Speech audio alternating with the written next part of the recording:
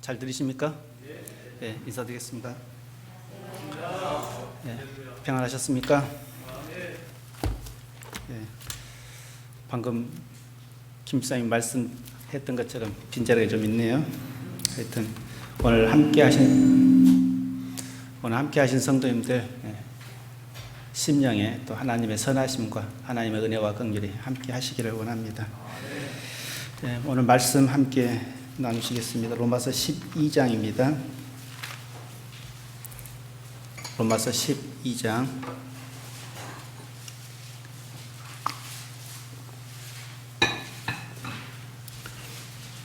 로마서 12장 2절입니다. 12장 2절입니다. 함께 같이 읽도록 하겠습니다. 12장 2절 시작. 너희는 이 세대를 본받지 말고 오직 마음을 새롭게 함으로 변화를 받아 하나님의 선하시고 기뻐하시고 온전하신 뜻이 무엇인지 분별하도록 하라. 아멘. 다시 한번 제가 한번 읽겠습니다. 너희는 이 세대를 본받지 말고 오직 마음을 새롭게 함으로 변화를 받아 하나님의 선하시고 기뻐하시고 온전하신 뜻이 무엇인지 분별하도록 하라. 하나님의 기쁨, 하나님의 선하심, 뜻을 우리는 곰곰이 성경을 보면 또 기도해 보면 알 수 있죠. 세세한 것을 다 하나님이 말씀하지는 않았지만 말씀에서 나와 있고 또 기도해 보면 성령께서도 알게 해주신 것들이 있습니다. 우선 다니엘서 1장을 볼까요? 다니엘서 1장. 다니엘서 1장입니다. 구약의 몇 페이지? 1231페이지. 성경 1231페이지 정도 됩니다. 다니엘서 1장입니다. 1231쪽 정도 됩니다.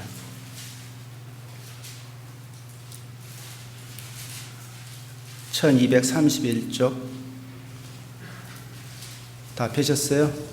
1장 8절 9절 제가 한번 읽겠습니다. 못 찾으시면 들으시기 바랍니다. 1장 8절로 9절입니다. 다니엘은 뜻을 정하여 왕의 진미와 그의 마시는 포도주로 자기를 더럽히지 아니하리라 하고 자기를 더럽히지 않게 하기 위하여 환관장에게 구하니 하나님이 다니엘로 환관장에게 은혜와 긍휼을 얻게 하신지라. 로마서 12장 2절을 말씀을 읽었고 다니엘을 좀 방금 읽었는데요. 다니엘 그러면은 아시는 분은 아시겠지만 좀 약간 올린 것 같습니다. 방송실요. 다니엘 그러면은 이것은 지금 장소가 어디예요? 바벨론이란 나라입니다. 바벨론 왕궁에 있습니다. 지금 바벨론 왕궁에 있는 그곳에서 지금 다니엘이 기록한 것입니다. 다니엘은 어떤 사람이냐? 이스라엘, 유대인입니다. 하나님의 사람이죠. 포로로 잡혀갔습니다. 먼 유대, 이스라엘이란 나라에서 포로로 바벨론이란 나라에 포로로 잡혀가서 그 포로 생활 중에서 기록한 것이 다니엘서입니다. 근데 다니엘이 지금 8절, 9절에 다니엘은 뜻을 정했다. 그 포로로 잡혀간 나라에서 포로인데 뜻을 정하고 왕이 내려준 진미와 포도주를 먹지 않겠다고 뜻을 정했다. 그렇게 성경은 말씀하고 있습니다. 이 두 절에 굉장한 어떤 뜻이 깊은 의미가 있다고 볼 수 있겠죠. 포로로 잡혀간 사람이 그 나라에 이 당시에 다니엘은 나이가 한 15세에서 20세 정도 됐을 겁니다. 15세에서 20세. 15살에서 20살 정도의 나이에 포로로 잡혀갔는데 그 어린 소년이 이제 세 친구도 나오죠. 하나나와 미사엘과 아사랴 세 친구도 있는데 이제 여러 포로들이 많이 잡혀갔는데 지금 다니엘이 여기서 나온 것이 뜻을 정해서 왕의 진미를 먹지 않겠다. 포도주를 먹지 않겠다. 바벨론이라는 나라는 신들을 섬기고 있었죠. 신들, 그 나라의 신을 섬기고 있었죠. 그래서 구약에 보면은 레위기서에 보면은 고기는 피채 먹지 말아라 것도 있고 부정한 짐승은 먹지 말아라 것도 있고 또 우상에게 드렸던 제물은 부정하니까 먹지 말아라는 말씀도 있죠. 그런데 다니엘은 자기의 뜻을 정했나요? 다니엘은 자기의 뜻을, 이것은 지금 뜻을 정해서 왕이 내려준 진미와 포도주를 먹지 않겠다고 정했다 그랬습니다. 그러면 다니엘은 자기의 뜻을 정했까 누구의 뜻을 정했을까요? 하나님의 뜻을 정했다는 겁니다. 아까 로마서 12장 말씀 읽었던 것처럼 하나님의 선하시고 기뻐하시고 온전한 뜻이 무엇인지 분별하도록 하라. 하나님의 선하시고 기뻐하시고 온전한 뜻. 다니엘의 뜻은 뭐였냐? 자기의 뜻이 아니라 하나님의 뜻이었죠. 하나님의 마음이었죠. 하나님의 기뻐하심이 무엇인지를 알았다는 겁니다. 소년인 다니엘이 어린 나이에 포로로 잡혀갔는데 먼 나라에 바벨론이라는 나라에게서 포로 중에서 왕이 내려준 음식과 포도주를 먹지 않겠다고 뜻을 정했다. 어땠을까요? 포로는 그때 당시에는 이유 없이 죽여도 아무 할 말이 없죠. 죽여도 할 말이 없어요. 그런데 다니엘은 그 포로 중에 있는 상황에서도 왕이 내려준 진미와 포도주를 먹지 않겠다 뜻을 정했다. 그러면 바로 죽여도 할 말이 없는데 그 죽을 수 있는 상황 속에서도 자기는 뜻을 정했다는 것은 놀랍죠. 왜 그럴 수 있었을까? 왜 그런 믿음이 있었을까? 왜 하나님의 기뻐하심을, 선하신 기뻐하신 그이 무엇인지를 알고 그 뜻을 정할 수 있었을까? 다니엘의 용기, 다니엘의 믿음을 생각해 보면 참 대단하죠. 쉽지 않는 어떤 목숨을 건 어떤 결정이었죠. 그런데 하나님은 우리의 모든 걸 아세요? 모르세요? 우리의 모든 걸 아시죠. 우리의 생각을, 시편에 보면 우리의 생각을 안고 일어서면 우리의 모든 것을 아시는 하나님, 그 모든 걸 아시는 하나님, 지금도 내 생각을 아시는 하나님. 나는 나 자신을 잘 모를 때도 많지만 하나님은 내 모든 것을 아시는 하나님. 내가 무슨 생각하고 있는지, 내 마음이 어떤지, 내가 정말 진실한지, 내가 정직한지, 내가 하나님 앞에 충성한지 다 아시는 하나님. 다니엘은 뜻을 정한 그 하나님을 기뻐하시는 에 따라 뜻을 정한 그 다니엘을 하나님께서는 보시고 아셨죠. 보시고 아시고 하나님의 응답이 있습니다. 하나님의 반응이 있습니다. 9절에 뭐라 그랬어요? 하나님은 다니엘로 환관장에게 은혜와 긍휼을 얻게 하셨다. 그렇게 말씀하십니다. 다니엘의 뜻을 정해서 그렇게 왕에 내려준 진미와 포도주를 마시지 않겠다, 먹지 않겠다 했다 그러면 환관장이 어떻게? 환관장이다 그러면 어때요? 그 바벨론이나 모두 환관들 중에서 장이다는 거죠. 우두머리다는 거죠. 머리다는 거예요. 우두머리. 환관들 중에서 장. 우두머리에게 은혜를 구하니까 하나님이 은혜와 긍휼을 주시니까. 은혜와 긍휼이 뭐예요? 은혜와 긍휼은 히브리어로 헤세드라는 겁니다. 헤세드는 뭐냐? 헤세드는 뭐냐면은 은혜와 긍휼은 하나님의 성품이죠. 은혜와 긍휼은 하나님의 성품인데 은혜는 하나님의 변함없는 사랑입니다. 신실하심입니다. 은혜는 하나님의 변함없는 뭐이다고요? 사랑이다는 겁니다. 긍휼은 불쌍히 여기는 것. 그것도 긍휼도 뭐예요? 결국은 사랑이죠. 결국은 사랑이 없으면 긍휼이 있을 수가 없죠. 그건 하나님의 성품이죠. 오직 사랑은 하나님이지 않습니까? 하나님. 오직 사랑은 하나님께만 있는 것이 요한일서에 있는 것처럼 하나님은 사랑이시라는 것처럼 사장에 있는 것처럼 오직 하나님의 은혜와 긍휼은 하나님의 성품으로서 변함없는 하나님의 사랑과 불쌍히 여기는 마음을 통해서 하나님께서 누구에게 은혜와 긍휼을 주셨다고요? 환관장에게 주셨다. 이 9절에 말씀하고 있습니다. 만일 은혜와 긍휼을 하나님께서 환관장에게 주시지 않는다면 어떻게 됐을까요? 다니엘은, 세 친구들은 당장 죽임을 당할 수 있죠. 당장 죽여도 할 말이 없죠. 그런데 하나님께서 다니엘이 그 뜻을 정한 것을 보시고 아시고 환관장에게 은혜와 긍휼을 주시니까 환관장이 어때요? 어떻게 반응한가 보겠습니다. 10절에요. 환관장이 다니엘에게 이르되 내가 내 주 왕을 두려워하노라. 그가 왕이 느부갓네살 그 말입니다. 그가 너희 먹을 것과 너희 마실 것을 지정하셨거늘. 왕이 정해줬답니다. 음식을. 포도주를 왕이 정해줬대요. 지정했는데 뭐라 그랬어요? 너희의 얼굴이 초췌하여 동무 소년들만 못한 것을 그로 보시게 할 것이 무엇이냐? 그렇게 되면 너희 까닭에 너의 머리가 왕 앞에서 위태하게 되리라. 자, 환관장이면은 환관의 장이다 그러면 좀 굉장히 그 나라에서 큰 나라에서 몇 번째 안 가는 어떤 서열일 건데 지위를 즉 힘을 가지고 있었을 텐데 누구한테 지금 사정하고 있어요? 어떤 사정한 느낌 들잖아요. 다니엘에게 도리어 강하게 이야기할 수도 있잖아요. 강압적으로 강압적으로 야 먹으라면 먹어.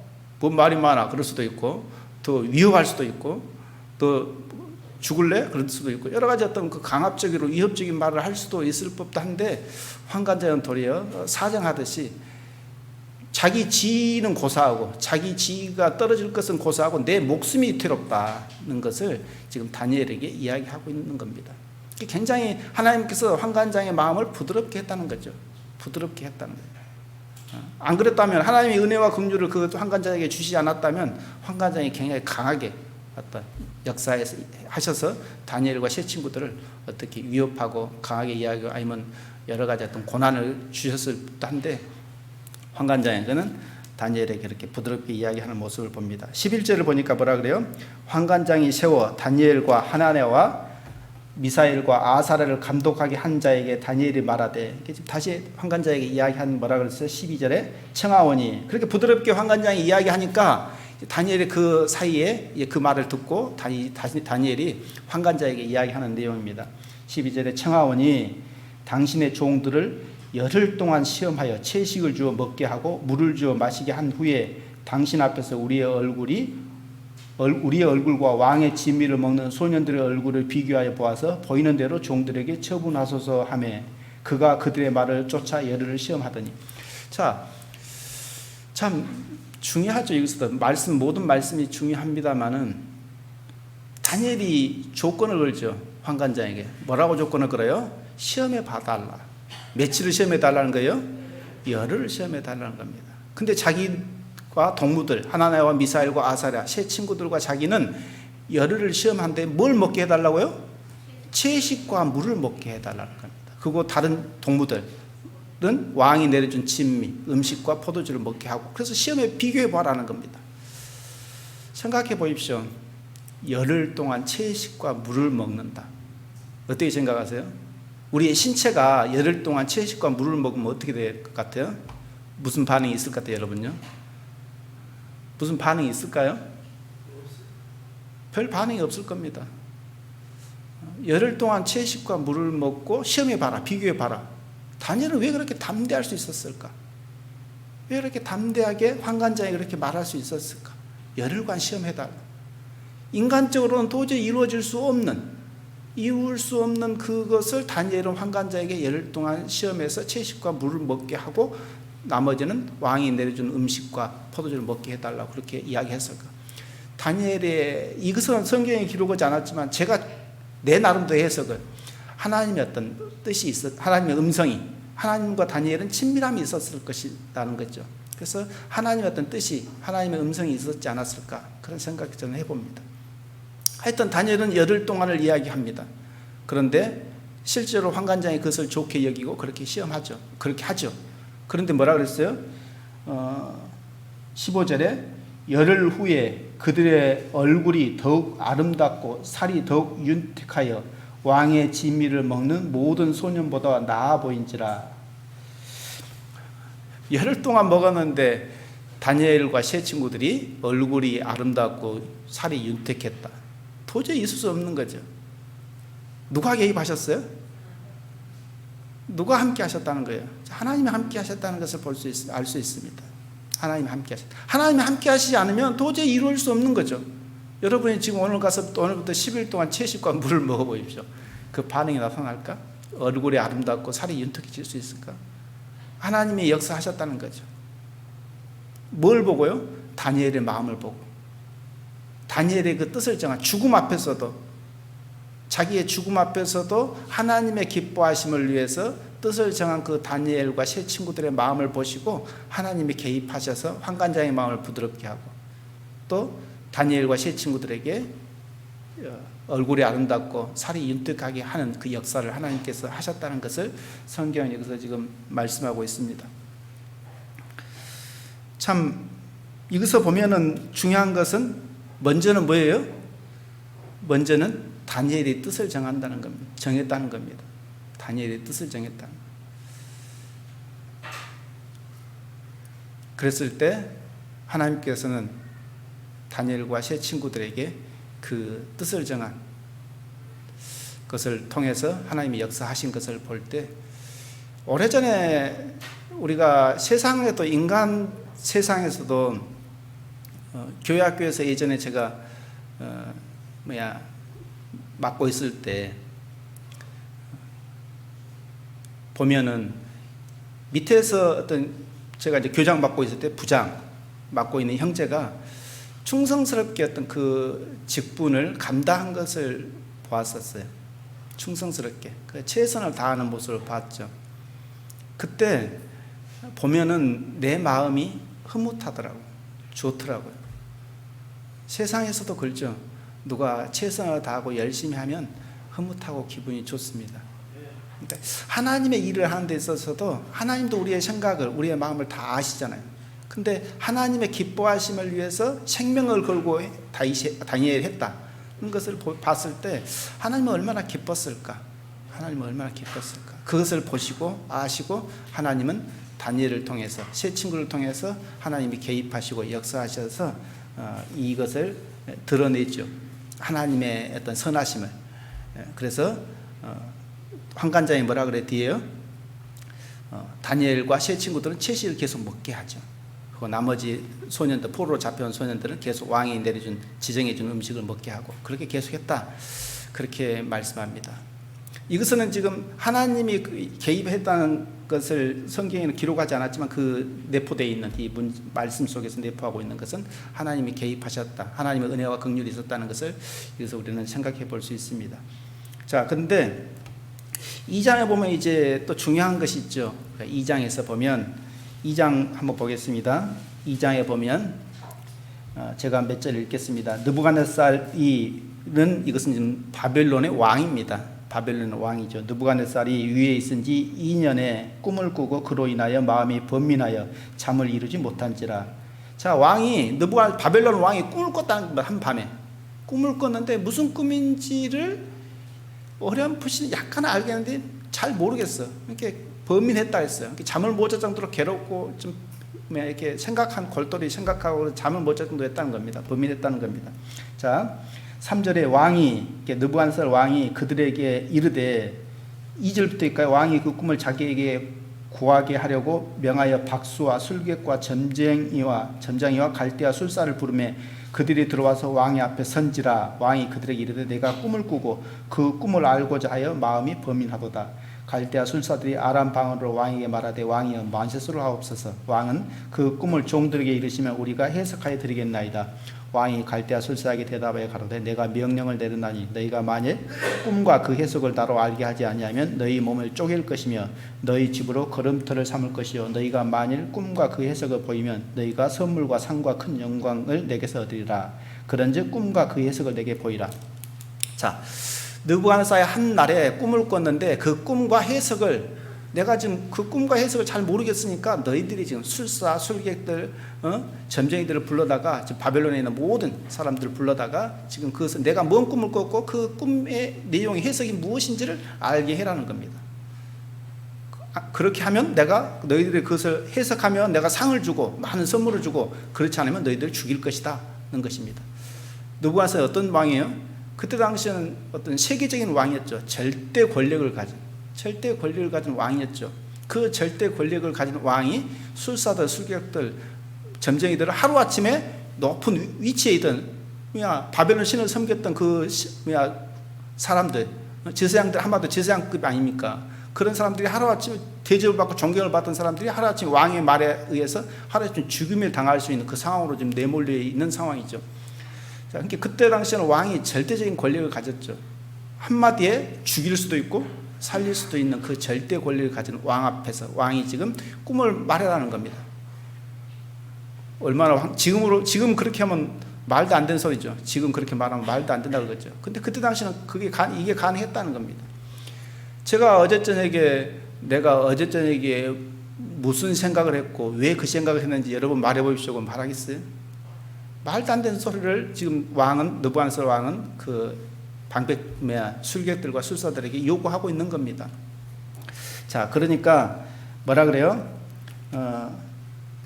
10절에 뭐라 그랬어요? 10절에 갈대아 술사들이 왕 앞에 대답하여 가로되, 지금 이제 술사들, 술객들, 점쟁이들이 이제 왕 앞에, 느부갓네살 왕 앞에 말한다는 겁니다. 가로되 세상에는 왕의 그 일을 보일 자가 하나도 있다고 없다고요? 없다. 입니다. 바벨론 신도 지금 자기들이 믿는 신, 자기들이 섬기고 있는 신, 우상도 알 수 없다는 것을 지금 고백하고 있는 거죠. 하나도 없으므로 크고 권력이 있는 왕이 이런 것으로 박수에게나 술객에게나 갈대아 술사에게 물을 자가 절대로 있지 아니하였나이다. 왕의 물으신 것은 희한한 일이라. 육체와 함께 거하지 아니하는 신들 외에는 왕 앞에 그것을 보일 자가 하나 없나이다 한지라. 어떤 신도, 육체와 함께 거하지 아니한 신들 말고는 어떤 것도, 어떤 사람도, 어떤 신도 알 수 없다. 그렇게 지금 술사들이, 술객들이 느부갓네살 왕 앞에 지금 고백하고 말하고 있는 내용입니다. 이게 바벨론에 자기들이 섬기고 있는 신도, 우상도 그것을 지금 알지 못한다는 것을 스스로 좀 고백하고 있죠. 자, 그러니까 왕이 뭐라 그래요? 왕이 진노해서 통분히 여겨서 다 술사들, 술객들, 점쟁이들 다 죽이라고 시위대장 아리옥에게 명령합니다. 그러니까 명령이 떨어지니까 시위대장 아리옥이 다 이제 술사들, 술객들 잡으려고 이제 찾아 나섭니다. 찾아 나섰다는 것이 지금 13절, 12절, 13절까지 나옵니다. 자, 14절에 이제 그 아리옥 시위대장이 잡으려고, 이제 다니엘도 잡으려고, 친구들, 동무들도 잡으려고 이제 찾아 나섰는데 다니엘을 만났죠. 다니엘이 왜 그렇게 급하게 다니냐? 그러니까 왕이 이러이러해서 점쟁이 술객들을 다 잡아서 죽이라 했다. 그러니까 다니엘이 이제 그러면 나를 왕 앞으로 데리고 가라. 그렇게 이야기해서 왕 앞으로 가는 내용이, 자, 가서 이야기하는 내용이 16절입니다. 자, 16절. 다니엘이 들어가서 왕께 구하기를 기한하여 주시면 왕에게 그 해석을 보여드리겠나이다 하니라. 자, 시간을 주면 왕에게 그 해석을 보여주겠습니다. 그렇게 다니엘이 이야기했다는 겁니다. 우리가 생각하면, 아니, 꿈과 해석을 어떻게 말할 수 있을까? 근데 다니엘은 왜 그렇게 담대하게 왕 앞에 가서 꿈과 해석을 내가 보여드리겠습니다, 그렇게 말할 수 있었을까? 뭔가 확신이 있었다는 것이죠. 다니엘은. 성경은 나오지 않았지만 결국은 다니엘은 하나님과 어떤 친밀한 관계가 있었다는 것을 우리는 지금 여기서 유추해 볼 수 있습니다. 하나님과 함께 하는 것이 있었다는 것, 하나님을 경외하는 것을 지금 있었다는 것을 지금 볼 수 있는데, 자, 그렇게 하니까 그래놓고 다니엘이 지금 하는 행동은 뭐예요? 17절에 이에 다니엘이 자기 집으로 돌아가서 그 동무 하나냐와 미사엘과 아사라에게 그 일을 고하고, 뭔 일을 고했다는 거예요? 만일 꿈과 해몽을 하지 않으면 우리는 다 죽는다는 겁니다. 그러니까 우리가 나가 기한을, 지금 시간을 벌어놨으니까, 왕에게 시간을 달라고 했으니까 우리 가서 하나님께 기도하자, 기도 같이 하자, 그렇게 지금 다니엘이 친구들에게 이야기했다는 겁니다. 그래서 자, 18절에 하늘에 계신 하나님이 이 은밀한 일에 대하여 긍휼히 여기사, 아까 긍휼이 뭐다 그랬죠? 불쌍히 여기는 마음, 불쌍히 여기는 마음. 자, 긍휼히 여기사 자기 다니엘과 동무들이 바벨론의 다른 박사와 함께 죽임을 당치 않게 하시기를 그들로 구하게 하니라. 기도하기를, 함께 동역해서, 함께 연합해서 기도하기를 지금 다니엘은 친구들에게, 하나냐와 미사엘과 아사라에게 기도해 주기를 지금 그렇게 하고, 그래서 같이 지금 기도했다는 것을 지금 말씀하고 있습니다. 자, 그렇게 하니까 19절에 이에 이 은밀한 것이 밤에 이상으로 다니엘에게 나타나 보임에 다니엘이 하늘에 계신 하나님을 찬송하니라. 자, 기도하니까 세 친구에는 나타나지 않고 다니엘에게 지금 하나님이 은밀한 것을 하나님께서 이상으로 보여주셨다, 알게 해주셨다, 그렇게 말씀합니다. 기도하니까. 다니엘이, 여러분의 어떤 그 고민이, 어려운 것이 기도할 때 생각나게 하고 또 어떤 말씀을 주시고 그러면 얼마나 기쁜 적이 있었을까요? 그런 경험이 있었을 겁니다. 그런 기쁨이, 다니엘도 지금 내일이면 죽을 수 있잖아요. 어떻게 기도했을까요? 내일이면 죽을 수 있는데, 이제 기한만 어떤 시간을 지금 벌어놨는데, 일정 시간을 벌어놨는데 그 시간이 지나면 이제 다 이제 죽을 수 있는 상황이면은, 지금 이 밤이 지나면 다 다니엘과 술객들, 술사들 다 죽임을 당하면은 여러분은 이 밤에 어떻게 기도하겠어요? 잠을 잘 수 있을까요? 나 내일이면 죽는데 잠도 못 자겠죠. 간절했겠죠. 다니엘과 세 친구들은. 그런데 이 간절함을 통해서 하나님께 기도했을 때 하나님이 다니엘에게 이상 중에 보여주셨다, 알게 해주셨다, 그렇게 말씀합니다. 이거는 기록되지 않았지만 다니엘이 얼마나 기뻤을까. 그래서 기쁨이란 표현 안 하고 뭐라 그래요? 하늘에 계신 하나님을 찬송하니라, 그렇게 말합니다. 20절에는 다니엘이 말하여 가로되 영원 무궁히 하나님의 이름을 찬송할 것은 지혜와 권능이 그에게 있음이로다. 하나님을 찬송하고 오직 하나님께만 지혜와 권능이 있다, 그렇게 다니엘이 고백합니다. 21절에 그는 하나님은 때와 기한을 변하시며 왕들을 폐하시고 왕들을 세우시며 지혜자에게 지혜를 주시고 지식자에게 총명을 주시는도다. 그렇죠. 하나님은 모든 만물의 생명이시고 주인이시며 폐하시기도 하고 세우기도 하시고 낮추기도 하시고 높이기도 하시고 가난하기도 하고 부하기도 하시는 하나님, 그 하나님이 우리의 아버지시고 우리의 주님이시다는 것이죠. 다니엘은 그것을 고백하는 겁니다. 찬양하고 하나님을 찬양하고 하나님을 그 위대하심을 이렇게 찬양하고 높이는 것을 이렇게 좀 볼 수 있습니다. 자, 이렇게 보니까 이렇게 했으니까 이제 이상을 보여줬으니까 다니엘이 이제 어떻게 해야 되는지 아리옥을, 시대장 아리옥을 불러다가 내가 이제 나를 왕 앞으로 인도해라. 내가 그 꿈과 해몽을 보이겠다. 그렇게 해서 인도하는 내용이 이제 왕 앞으로 갔죠. 그래서 26절에 보면 왕이 대답하여 벨드사살이라 이름한 다니엘에게 이르되 내가 얻은 꿈과 그 해석을 내가 능히 내게 알게 하겠느냐? 그렇게 좀 느부갓네살 왕이 지금 다니엘에게 묻는 겁니다. 내가 꾼 꿈과 해석을 네가 알게 해줄래? 그렇게 알 수 있느냐? 말할 수 있느냐? 그렇게 묻는 겁니다. 27절에 다니엘이 왕 앞에 대답하여 가로되 왕의 물으신 바 은밀한 것은 박사나 술객이나 박수나 점쟁이가 능히 왕께 보일 수 있다고 없다고요? 없다. 그러면 누가 보일 수 있느냐를 지금 28절에 이야기합니다. 누구냐? 그는 오직 은밀한 것을 나타내실 자는 하늘에 계신 하나님이시라. 자, 어떤 것도 말할 수 없는데 술사, 술객, 점쟁이 누구도 말할 수 없는데 오직 말할 수 있는 분, 아시는 분은 누구다? 하늘에 계신 하나님이다. 그분밖에 없다 하는 것을 다니엘이 왕 앞에 이야기하고 있는 겁니다. 왕 앞에 이야기하고 있는 겁니다. 자, 이 상황에서는 지금 어떻을까요? 이 상황에 지금 다니엘이 지금 왕 앞에서 가서 고백하고 있잖아요, 지금요. 그러면 분위기를 한번 상상해 봅니다. 분위기를 상상해 봐요. 왕이 어느 순간 꿈을 꿨는데 내가 뭔 꿈을 꿨는지를 지금 고민스럽고 괴롭고 힘들다. 너희들이 다 내 꿈을 해석을 말해라. 술객들, 술사들 다 바벨론에 있는 그 왕궁에 있는 다 불러가지고, 그러면은 불렀을 때 어떻게 불렀을까요? 조용조용히 불렀을까요? 어떻게 불렀을까요? 시대장을 불렀어요. 야, 내가 지금 뭔 꿈을 꿨는데 나 괴롭다. 잠도 못 자겠다. 야, 술객들, 술사 다 불러. 그랬을 때면 예, 알았습니다 하고 조용조용히 불렀을 것 같아요. 굉장히 시끄럽게 난리를 쳐서 불렀을 거 아닙니까? 상상해 본다면 굉장히 막 불러서 다 이제 뭐 술객도 술사 다 있는 사람들 모조리 다 불렀을 거예요. 그렇고 이제 야, 내가 뭔 꿈을 꿨는지 말하면 상을 주고 말 안 하면 너희들 다 죽일 거야. 빨리 말해봐. 그러면 하루아침에 날벼락이죠. 하룻밤에 날벼락이죠. 아이, 조용하다가 왕이 꿈과 해몽을 해라 그러고 안 그러면 죽인다 그러니 얼마나 황당하고 얼마나 이게 좀 어떻게 뭐랄까 이제 파리 목숨 아니에요. 죽는 목숨 아니에요. 그러니까 조마조마하겠죠. 이제 죽는 거랑 마찬가지죠. 그들은 말할 수 없으니까. 그러면은 술객도 술사들 자기 가족도 있고 처자식이 있을 거죠. 다 말했을 거 아닙니까? 그러면 온 그 성이 들썩들썩했을 거 아니에요? 시끄럽지 않았을까요? 그런 상황인데 이제 내일이면 곧 이제 죽는데, 그러면 군사들도 왕 서로 이야기하고 왕이 죽인대 어쩐데 여러 가지 말을 했을 거 아니에요. 그 성이 막 시끌시끌했을 거 아니에요.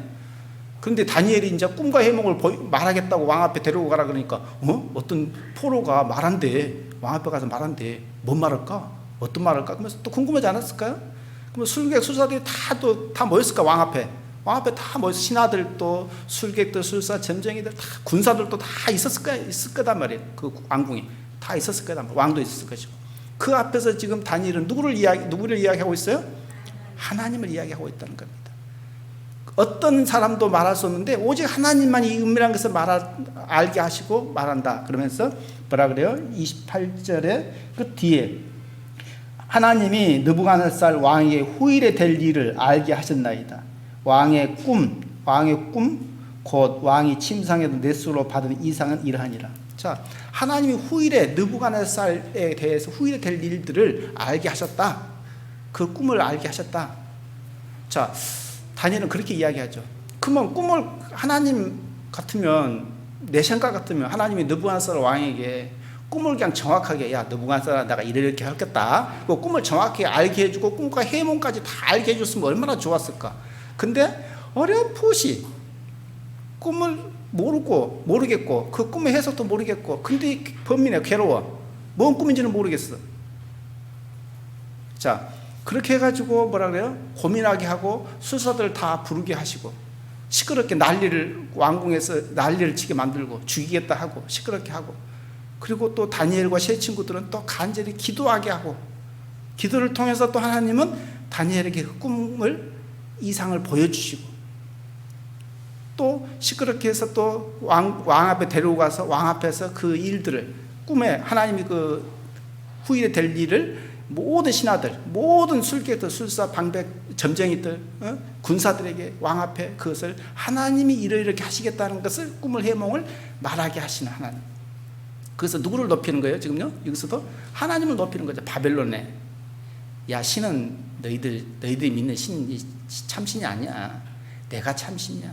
내가 진짜야를 하나님께서는 이 바벨론이라는 나라에서 드러내신다는 것이죠. 드러내셨다는 거죠. 그러면서 뭐라 그래요? 5절에 보면 왕이 사람의 손으로 아니하고 산에서 띈 돌이 철과 녹과 진흙과 은과 금을 부서뜨리는 것을 보신 것은 크신 하나님의 뭐래요? 하나님이 장래 일을 왕께 알게 하신 것이라. 이 꿈이 참되고 이 해석이 확실하니이다. 이에 느부갓네살 왕이 엎드려 다니엘에게 절하고 명하여 예물과 향품을 그에게 드리게 하니라. 왕이 대답하여 다니엘에게 이르되 너희 하나님은 참으로 모든 신의 신이시요 모든 왕의 주제시로다. 내가 능히 이 은밀한 것을 나타내었으니 내 하나님은 또 은밀한 것을 나타내시는 자시로다.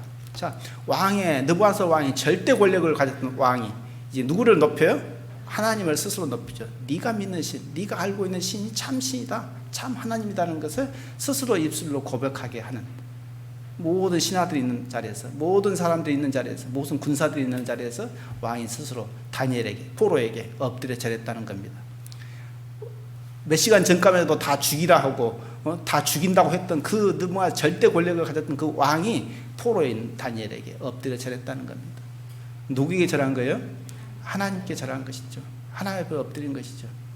자, 이것을 보면서 아까 뭐라 그랬어요? 하나님은 왕들을 폐하시고 왕들을 세우시고 권능과 지혜가 하나님께 있다고 다니엘이 고백했던 것처럼, 참 하나님은, 우리는 뜻을 잘 몰라요. 그 하나님의 어떤 그 일하심을 우리는 잘 모르죠. 고난이 있는데 그 고난 속에서도 하나님의 뜻이 있고, 그 환경 속에서도 하나님은, 그 어려운 환경 속에서도 하나님의, 내가 어떻게 그 환경 속에서 반응하느냐, 내가 믿음을 보이느냐, 하나님께서 이 다니엘이 이런 환경 속으로 몰아가는 이 환경을 만드시고 다니엘이 어떻게 반응하는가를 좀 보고 있다는 거죠. 다니엘이 어떻게 반응하는가. 죽음 앞에서, 생명을 넘나드는 그 죽음 앞에서 다니엘과 세 친구들은 하나님의 뜻을, 하나님의 기뻐하심을 뜻을 정하고 선택했다는 겁니다. 말과 행동을 했다는 것이죠. 15살에서 20살 정도밖에 되지 않는 어린 소년이 그렇게 뜻을 정하고 하나님의 기뻐하심을 선택했다. 하나님의 기쁨이 됐다는 것은 참 놀랄만한 믿음이죠. 자, 이것을 보면 제가 또 하나 보는 것은 뭐냐면은 뭘 볼까요? 우선 그걸 보겠습니다. 여기서 또 제가 중간에 말씀 안 드린 것이 뭐가 있냐면요, 다니엘은 포로로 잡혀갔다 그랬잖아. 1차 포로로 잡혀갔었죠. 유대 이스라엘에서 바벨론으로. 그런데 포로로 같이 이제 여러 많은 포로들이 잡혀갔을 거 아닙니까? 근데 그 중에 이제 다니엘과 세 친구도 동무들이 있었죠. 근데 이제 동무들이 마음이 어떤 통했겠죠. 대화를 통해서 이제 하나님을 어떤 신실하게 어떤 경외하는, 하나님을 믿는 사람으로 알았겠죠. 그래서 뜻을 세워서 왕의 진미를 먹지 않겠다고 서로가 뜻을 정했을 것입니다. 그리고 죽음 앞에서 왕이 죽인다고 했을 때 다니엘이 세 친구들에게 이야기해서 기도하게 하는 그 다니엘을 볼 수 있습니다. 그래서 여기서는 제가 생각해 본 것은 믿음의 동역자라는 거죠. 믿음의 기도의 어떤 믿음의 동역자. 다니엘은 세 친구가 있었다는 겁니다. 세 친구가. 다니엘이 혼자 기도할 수도 있었겠죠. 혼자 기도할 수도 있을 것이고 혼자 뜻을 정해서 왕의 진미와 포도주를 먹지 않았을 수도 있었을 것입니다. 그런데 다니엘은 세 동무가 있었다는 겁니다. 그래서 세 동무와 함께 뜻을 정해서 왕의 진미와 포도주를 먹지 않게 되고 또 함께 그 죽음을 당할 수 있는 그 순간에 함께 기도로 동역해 달라고 요구했던 것을 볼 수 있습니다. 결국은 또 여기서 생각해 보는 것은 교회 안에서 정말 믿음의 동역자 다니엘과 세 친구가 함께 어떤 믿음으로 어떤 뜻을 정하고 또 기도로 함께 했던 것처럼 우리도 마찬가지 교회 안에서 어떤 일들을 할 때 어떤 일들이 있을 때 함께 기도해 주는 믿음의 동역자들이 필요하다. 결국 우리 교회 공동체가 그 일들을 지금 하고 있지 않느냐 그렇게 생각합니다.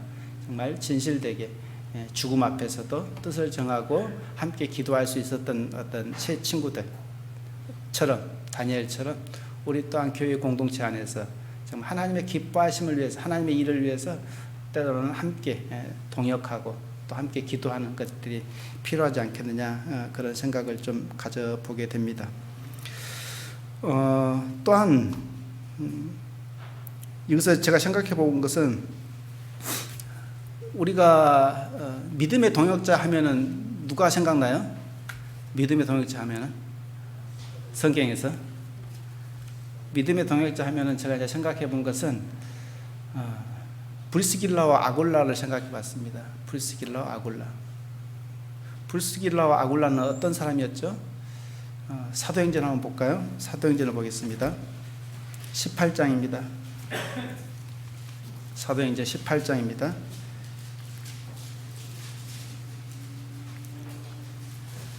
신약의 218쪽입니다. 218쪽 2절입니다. 1절부터 제가 읽겠습니다. 이후에 1절부터서요. 18장 1절부터서 219페이지입니다. 8페이지 9페이지. 이후에 바울이 아덴을 떠나 고린도에 이르러 아굴라라 하는 본도에서 난 유대인 하나를 만나니 글라우디오가 모든 유대인을 명하여 로마에서 떠나라 한 고로 그가 그 아내 불스길라와 함께 이달리아로부터 새로 오지라. 바울이 그들에게 감해 업이 같음으로 함께 거하여 일을 하니 그 업은 장막을 만드는 것이더라.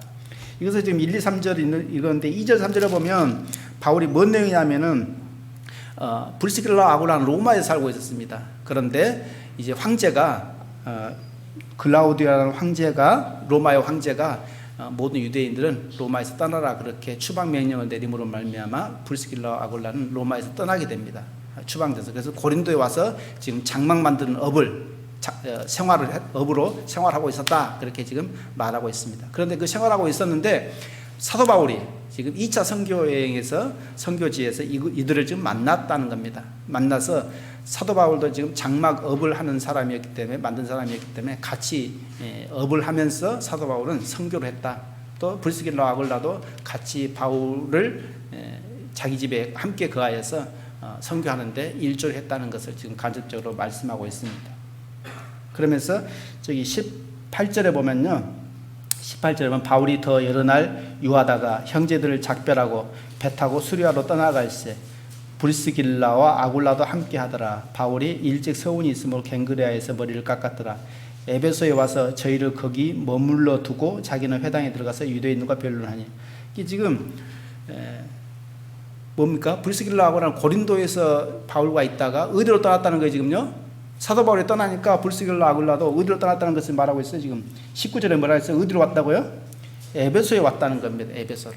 고린도에서 지금 사도 바울이랑 브리스길라 아굴라도 에베소로 왔다는 것을 지금. 뭘 위해서 왔어요? 브리스길라 아굴라는 복음을 위해서. 복음을 위해서 브리스길라 아굴라도 에베소로 와서 사도 바울과 함께 했다는 것을 지금 여기서 기록하고 있습니다. 그러면서 이제 쭉 나오는데 접고요. 우선은 어디를 보냐면요. 로마서 16장을 보겠습니다. 사도 바울, 브리스길라와 아굴라가 어떤 사람이었느냐? 로마서 16장입니다. 로마서 16장입니다.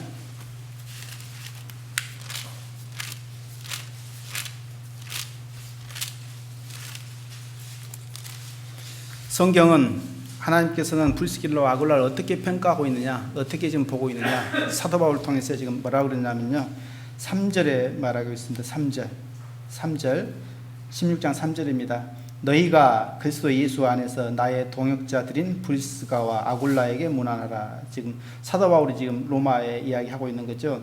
4절에 저희는 브리스길라와 아굴라는 내 목숨을 위하여 자기 목이라도 내어 넣었나니 나뿐 아니라 이방인의 모든 교회도 저희에게 감사하느니라. 자, 브리스길라와 아굴라는 사도 바울의 선교를 하는 데 있어, 복음을 전하는 데 있어서 뭘 더 내놨다고요? 목숨을 위해서 함께 했다는 것을 지금 말씀하고 있습니다. 목숨을 위해서. 목숨까지 내놓고 함께 했다는 것을 사도 바울을 통해서 그들을 칭찬하고 있죠. 그들, 브리스길라와 아굴라를 칭찬하고 있습니다. 하나님이 얼마나 기뻐하셨을까. 그래서 사도 바울은 많은 복음의 신약의 복음서를 기록하고 복음을 전하죠.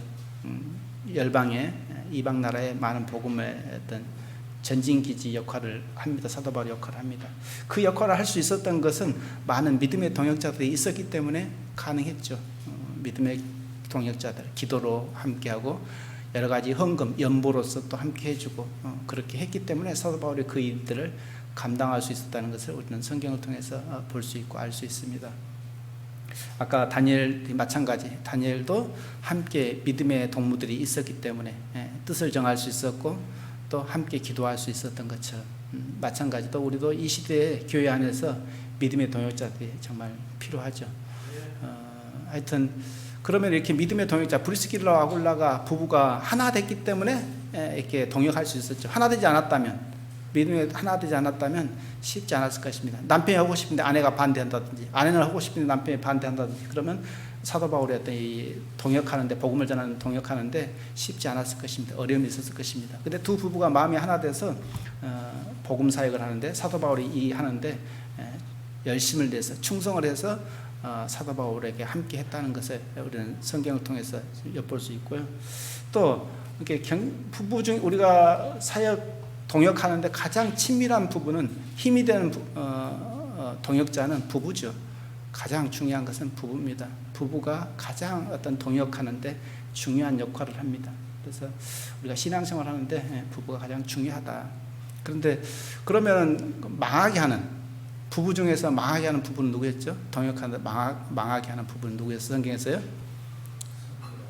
누구였어요? 그래요, 맞습니다. 아나니아와 삽비라입니다. 자, 사도행전 4장 한번 보겠습니다. 아나니아와 삽비라 4장, 사도행전 4장 있죠.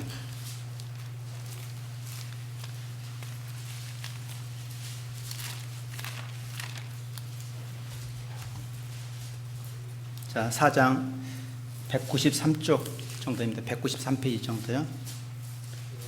자, 34절입니다. 34절. 그 중에 핍질한 사람이 없으니 이는 밭과 집 있는 자는 팔아 그 판 것의 값을 가져다가 사도들의 발 앞에 두매 저희가 각 사람의 필요에 따라 나눠줌이러라. 36절. 구브로에서 난 레이족인이 있으니 이름은 요셉이라. 사도들의 일컬어 바나바, 번역하면 권위자라 하니 그가 밭이 있음에 팔아 값을 가지고 사도들의 발 앞에 두니라. 자, 그때 당시에는 성령 시대죠. 성령이 임하는 시작입니다. 성령이 임하셔서 교회가 막 태동하고 시작하는 이 시기에 이제 복음을 전하는 데 있어서 많은 어려움이 있었을 것입니다. 또 어떤 가난한 자도 있었을 거고 어려운 성도도 있었을 것이고, 그래서 그 여유가 있는 성도는 집을, 밭을, 어떤 물건을 팔아서 이제 사도들 앞에 내놓고 어려운 성도들을 위해서 나누게 하는 그 일들이 있었던 것 같습니다. 자, 그런데 이제 바나바, 요셉이라는 바나바도 자기가 여유가 있었던 것 같습니다. 그래서 자기 재산을 팔아서 사도들의 발 앞에 내어놨다. 얼마나 칭찬했을까요? 이 앞에 보면 칭찬했다 그런 말이 있습니다. 그런 것들을 내놓은 것을 통해서 많은 성도들이, 형제들이 칭찬하고 참 이렇게 굉장히 어떤 칭찬하고 기뻐하고 감사했을 것입니다. 그러니까 사도 바나바도 이제 정말 필요한 것 성도들을 위해서 밭을 팔아서 사도들 앞에 내놨다. 그것을 듣고 칭찬하니까 이제 5장에 보면 아나니아와 삽비라도 어때요? 그 칭찬이 너무 부러웠던 것이죠. 너무 좋게 보였던 거죠. 그래서 자기들도 밭을 일부를 팔아서 밭을 팔고 일부를 숨겼다 그렇게 말합니다. 5절 한번 볼까요?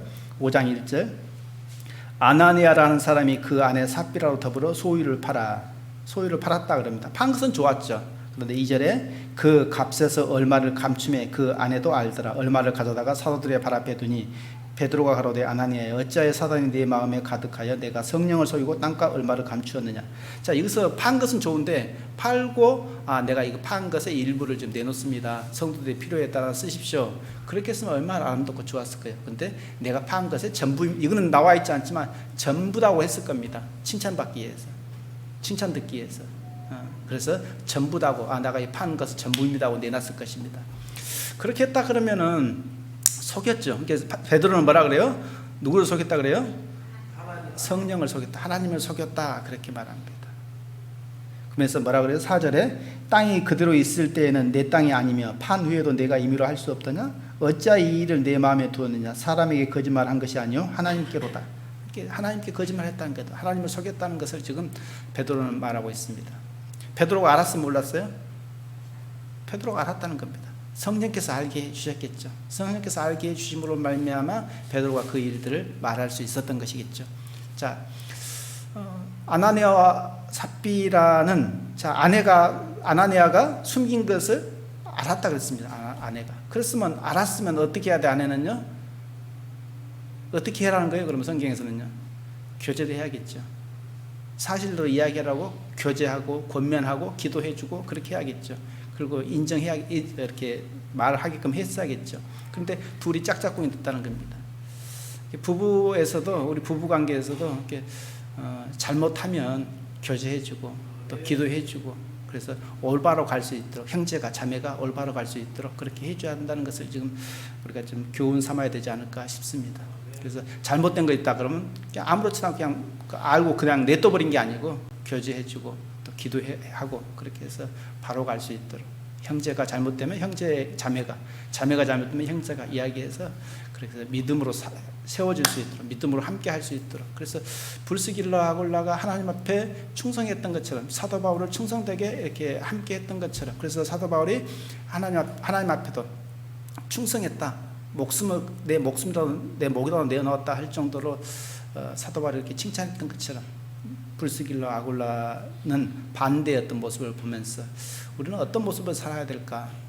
우리 부부 관계에서 또 교회 안에서 어떤 모습으로 살아가야 될 것인가를 우리가 또 생각해 볼 수 있는 교훈이지 않겠는가 어떤 그런 생각을 해 보게 됩니다. 제가 다니엘 그러면 다윗 그러면 어때요? 다윗 그러면 잘 알죠. 설교도 많이 들었을 겁니다. 17장 한번 볼까요? 사무엘상 17장 설명을 대략적으로 하면서 하려합니다. 사무엘상 17장입니다.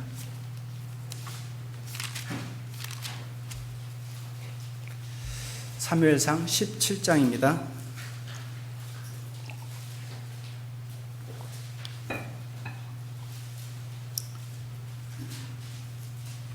자, 17장 41절입니다. 41절. 17장 41절입니다. 41절입니다. 자, 제가 읽겠습니다. 블레셋 사람이 점점 행하여 다윗에게로 나아오는데 방패된 자가 앞섰더라. 그 블레셋 사람이 둘러보다가 다윗을 보고 업신여기니 이는 그가 젊고 붉고 용모가 아름다움이라. 블레셋 사람은 지금 골리앗을 말하고 있는 겁니다. 사람이 다윗에게 이르되 내가 나를 기회로 여기고 막대기를 가지고 내게 나왔느냐 하고 그 신들의 이름으로 다윗을 저주하고 또 이르되 내게로 오라 내가 내 고기를 공중의 새들과 들짐승에게 주리라. 다윗이 블레셋 사람에게 이르되 너는 칼과 창과 단창으로 내게 오거니와 나는 만군의 여호와의 이름 곧 내가 모욕하는 이스라엘 군대의 하나님으로 내게 가노라. 오늘 여호와께서 너를 내 손에 붙이시리니 내가 너를 쳐서 내 머리를 베고 블레셋 군대의 시체로 오늘날 공중의 새와 땅의 들짐승에게 주어 온 땅으로 이스라엘의 하나님이 계신 줄 알게 하겠고 또 여호와의 구원하심이 칼과 창에 있지 아니함을 이 무리로 알게 하리라. 전쟁은 여호와께 속한 것인즉 그가 너희를 우리 손에 붙이시리라. 자, 잘 아시는 말씀이죠. 다윗 그러면은 이것도 소년이었습니다. 여기서 한 15살 정도 전후 됐을 것입니다. 소년이었어요. 그러니까 지금 내용이 뭐냐면 블레셋과 이스라엘이 지금 전쟁을 하려고 대치하고 있는 상황입니다. 지금 골짜기를 두고 대치하고 있는 상황인데, 근데 블레셋에 누가 나왔다고 장수? 골리앗이 나왔다는 겁니다. 골리앗이라는 장수가 거대한 신장이 17장 1절에 보면 약 한 2m 한 10 엄청나게 거구인 신장, 키가 큰 그런 골리앗이 나와서 이스라엘 하나님을 모욕하면서 조롱하고 놀리는 겁니다. 나와 싸우자. 누가 한 명이 나와 싸우자. 그렇게 하면서 놀리는 겁니다. 그런데 다 이스라엘 군사들이 다 사울 왕도 두려워서 다 도망가고 두려워 떨고 아무도 나가지 못하는 거예요. 40일간 그랬다 그럽니다. 그런데 지금 다윗은 지금 어떤 상황이냐면은 다윗의 아버지가 누구예요? 이새입니다. 이새가 자기 아들이 지금 이새의 아들이 몇 명 있어요? 이거는 17장에 몇 명이라고 나와요? 8명이 나옵니다. 8명. 자, 이거 보면요. 12절 볼까요? 17장 12절. 17장 12절을 보면 12절 제가 읽겠습니다. 다윗이 유다 베들레헴 에브라 사람 이새라 하는 자의 아들이었는데 이새는 사울 당시 사람 중에 나이 많아 늙은 자로서 8아들이 있는 중 8아들이 있었다는 겁니다. 이새의 아들이 8명이 있었어요. 근데 그 장성한 세 아들은 이새의 장성한 세 아들이 누구예요? 세 아들은 사울을 따라 싸움에 나갔으나 싸움에 나간 세 아들의 이름은 장자 엘리야, 그 다음은 아비나다, 그 제3은 삼마. 세 아들은 장성해서 이제 싸움에 나갈 만한 나이가 됐다는 겁니다. 그래서 싸움에 나갔다는 겁니다. 블레셋과 싸움에서 나갔다는 겁니다. 근데 지금 이세 아들은 몇 명이다 그랬어요? 8명. 8명인데 세 아들만 나갔으면 나머지 아들은 싸움에 나갈 수 있는 나이예요? 없는 나이예요? 없는 나이예요. 근데 다윗은 몇 번째예요? 막내였어요. 그래서 다윗은 막내였으면 양을 치는 일을 하고 있어. 아빠가 시켜서, 아버지 이새가 시켜서 니는 양을 쳐. 막내니까 양을 치고 있었다는 거예요. 근데 아버지가 이제 싸움에 나갔으니까 이제 세 아들이 걱정이 되는 거예요. 이제 잘 있는지 없는지 아버지가. 그러니까 야 막내야 이리 와봐. 형들이 잘 있는가 네 가서 보고 와. 그러면서 음식들을 만들어 갖고 세 형들에게 음식을 주고, 배고플 때니까 음식을 주고, 또 천부장에게는 치즈, 또 세 천부장에게도 음식을 줘서 야 천부장에게 주고 그렇게 해라. 그렇게 했다는 겁니다. 시켰다는 겁니다. 저는 이것을 보면서 왜 성경은 왜 하나님께서는 이 일을 허락하셨을까? 하나님이 허락하셨겠죠, 분명히. 그런데 왜 이새는 말째를 보냈을까? 4째를 보낼 수도 있고 5째를 보낼 수도 있고 6째를 보낼 수도 있었을 텐데, 7째를 보낼 수도 있었, 7째 아들을 보낼 수도 있었을 텐데 왜 말째 다윗을 보냈을까? 막내를.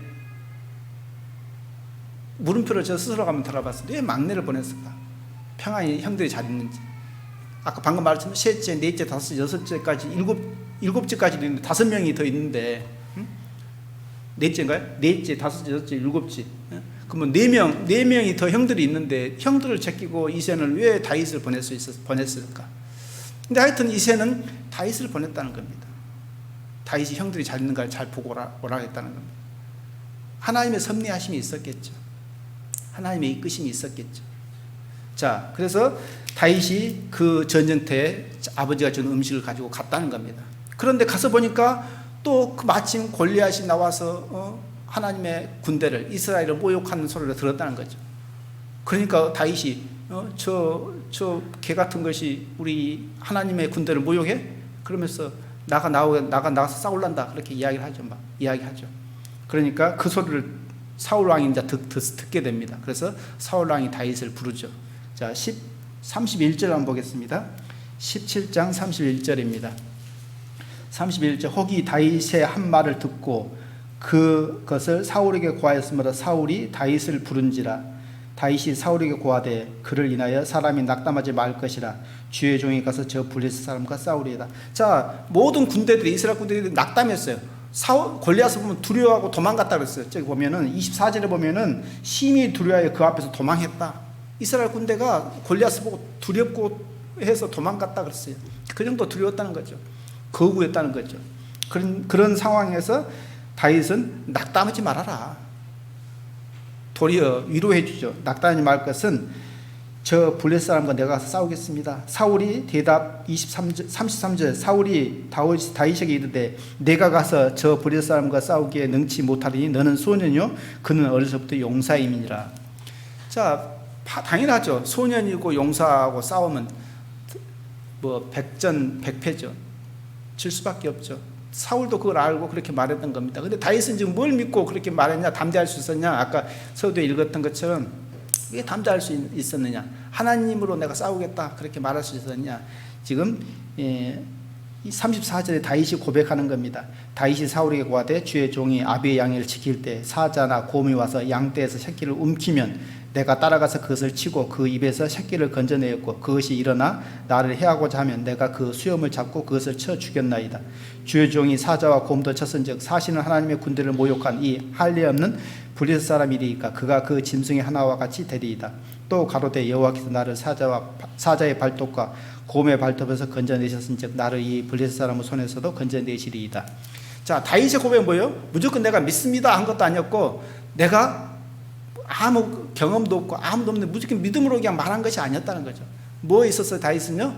경험이 있었다는 겁니다. 경험이 있었다는 거죠. 내가 양을 칠 때에 사자와 곰이 왔을 때 양 새끼가 잡혀가면 물어가면 내가 쫓아가서 사자와 곰의 입에서 발톱에서 건져냈습니다. 살려왔습니다. 그걸 이야기한다는 거예요. 어떻게 할 수 있었을까요? 그렇게요. 그 경험을 왜 할 수 있었어요? 저는 이것을 보면서 이거는 나와 있지 않지만 연습을 했다는 거죠. 연습을 했다는 거예요. 뭔 연습했어요? 다윗이 골리앗을 칠 때 뭘로 했어요? 제구로 물맷으로 골리앗을 쳐서 이마를 박았지 않습니까? 그래서 골리앗을 죽일 수 있었잖아요. 다윗은 수없이 연습을 했을 겁니다. 훈련을 했을 거예요. 연습을 해서 어떤 목표물을 정해놓고 물매로 연습을 많이 했을 거예요. 그래서 사자나 곰이 왔을 때, 새끼 양을 물어갔을 때 평소에 연습한 것을 통해서 사자나 곰의 어떤 이마를 쳐서 죽이고 그 발톱에서, 그 입에서 양들을 살려왔을 것이라는 거죠. 그런 경험을 했을 거라는 거죠. 그렇기 때문에 사울 왕 앞에서도 담대하게 내가 사자와 곰의 발톱에서도 건져냈다 그렇게 말할 수 있었지 않았을까. 경험이 없었다면 그렇게 담대하지 못하겠죠. 경험이 없었다면 어떻게 그 골리앗 앞에서 그렇게 담대할 수 있었겠어요. 근데 그 경험이 있기 때문에, 그동안의 어떤 경험, 훈련 그런 것이 있었기 때문에 담대할 수 있었지 않았을까 그런 생각을 해봅니다.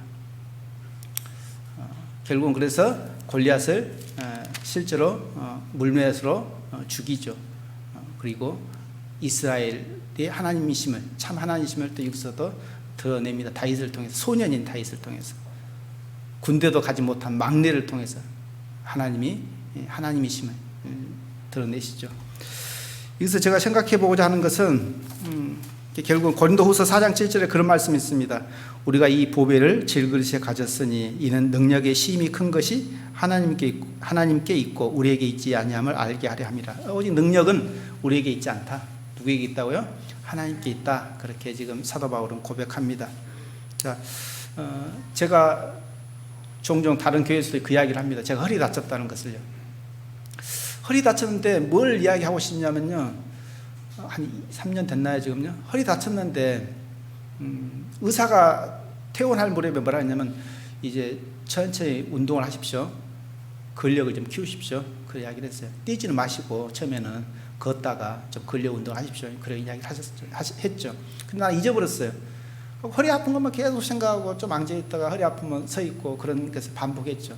그래서 수개월 지나도 안 아파요. 가만히 생각해 보니까 기억을 더듬어 보니까 의사가 그 말 했던 게 기억나서 이제 조금씩 이제 운동하고 근력을 키우려고 이제 운동하고 그러면 운동하면 어떻게 될까요? 근력을 키우면 좀 좋아져요. 허리 운동을 하면 근력을 키우면 좀 좋아져. 안 좋아진다고 좋아진다고요? 좋아져요. 하면 안 하면, 했을 때 안 하면 안 좋아져요. 안 좋아져. 근데 하면, 허리 운동, 근력 운동을 하면 좋아져. 우리 여러분 운동하면 건강해져요? 안 건강해져요? 근력이 생기고 좀 힘이 있는 것 같잖아요. 운동을 하면. 근력 운동하고 운동을 하면, 걷기 운동한다든지 운동하면 몸이 좀 개운해지고 가벼워지고 그러잖아요. 근데 안 하면 나른해지고 근력이 좀 떨어지고, 이제 젊은 분들은 그걸 못 느끼겠지만 나이 들어가신 분들은 그게 확연히 느낍니다. 운동 한가하고 안 한가하고 확연히 느껴요. 운동 한가하고. 저도 해보니까는 근력 운동 같은 것을 해보면 확연히 몸에 어떤 근력이 생기고 덜 아파요. 근데 안 하면 금방 또 안 좋아져요. 안 하면 좀 앉아있어. 그 느낌이 달라. 확실히. 그래서 디모데 그 전서 4장에 4장 7절 8절에 망령되고 허탄한 신화를 버리고 오직 경건에 이르기를 연습하라. 육체의 연습은 약간의 유익이 있으나 경건은 범사에 유익하니 금생과 내생에 약속이 있느니라. 이렇게 경건에 이르기를 연습하라. 그 말씀이 있습니다. 경건에 이르기를 연습하라. 연습이라, 경건이 뭐예요? 경건이 믿음으로 사는 것, 말씀으로 사는 것, 구별되게 사는 것, 그것이 경건입니다. 근데 육체의 연습은 약간의 유익이 있다. 육체의 연습을 하니까, 운동을 하니까 몸이 건강해져. 근데 안 하면은 몸이 더 약해져요. 이게 더 허리가 안 좋아. 그걸 생각해 보면서 경건에 이르기를 연습하라는 것은 믿음의 훈련을 해라는 거죠. 믿음의 훈련, 말씀의 훈련, 말씀의 삶. 이게 제가 이 말씀을 생각하면서 다니엘도 다윗도 이 두 사람을, 또 아나니아와 삽비라, 또 누구예요? 브리스길라와 아굴라 몇 사람을 지칭했는데, 하여튼 이 사람들이 어떻게 갑자기 다니엘과 다윗이 갑자기 믿음이 확 좋아져 버렸을까? 그러진 않았을 거다는 거죠. 이들은 믿음의 훈련을 했다는 것이죠. 경건의 훈련을 했다는 겁니다. 우리의 실생활에서도 말씀에 따라 어떤 실천을 해보는 것, 해봤을 때 어떤 하나님의 함께 하심을 경험했을 때 어떤 근력이 생길 수 있다는 거죠. 근력이 생기고, 그러면 그 근력이 점점점 어떤 더 커지죠. 더 단단해지죠. 그러면은 더 큰 것을 이제 몸이 건강해지면은 더 큰 것도 뭐 들 수도 있고 움직일 수도 있고 하지 않습니까? 몸도. 근데 믿음도 마찬가지. 데살로니가 후서 1장 3절에 보면은 믿음이 자란다, 그 말씀이 있습니다. 믿음이 자란다. 믿음이 자라는 겁니다. 믿음. 가만히 있으면 자라지 않습니다. 훈련을 해야죠. 믿음의 훈련을. 연습을 해야죠. 그랬을 때 믿음이 자란다는 것을 생각해 보게 되었습니다. 그래서 다니엘처럼 다윗처럼 훈련을 통해서 그 장성한 믿음. 그래서 다니엘도 다윗도 장성하게 그 어떤 죽음 앞에서도 하나님을 인정하는, 다윗도 죽음 골리앗 그 거인 앞에서도 소년인 다윗이 자기 형들도 두려워 떨고 있는데, 나가지 못하고 있는데 막내가 나가서 싸워서 이겨버리는, 물매로 이겨버리는 것은, 그것은 양을 칠 때 경험이 있었다는 거죠. 훈련했다는 거죠. 우리의 삶도 그래야 되지 않을까, 믿음의 훈련을 해야 되지 않을까, 실생활을 살아가면서 그런 생각을 해봅니다. 하여튼 또 다니엘처럼 세 친구들의 믿음의 동역자들, 기도로 동역하고 또 어떤 하나님의 뜻을 위해서 함께 동역하는 것들이 우리에게 필요하다. 또 부부 간에서도 마찬가지, 부부 안에서도 정말 좋은 어떤 브리스길라와 아굴라처럼 좋은 동역자가 부부 사이에서도 되어서 하나님의 기쁨이 되는 그런 부부들이 되시길 바라고, 또 교회 안에서도 좋은 어떤 힘이 되는 믿음의 동역자들이 되시기를 바랍니다. 예, 마치겠습니다. 함께 기도드리겠습니다.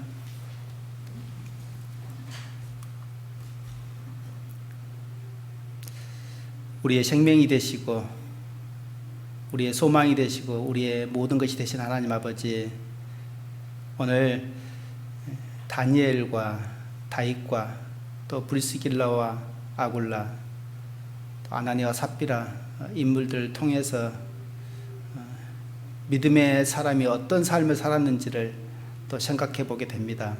하나님 아버지, 우리는 지금 예수 그리스도 안에서 소망을 가지고 그 은혜 안에서 살아가고 있습니다. 우리는 얼마나 삶 속에서 하나님을 인정하고 믿음의 사람으로 살아가고 있는지 이 시간 우리를 돌아보게 하시고, 그래서 우리도 다니엘처럼, 다윗처럼, 브리스길라와 아굴라처럼 믿음의 사람으로, 장성한 사람으로 살아지는 믿음의 훈련들이 되게 하셔서 하나님의 기쁨이 되는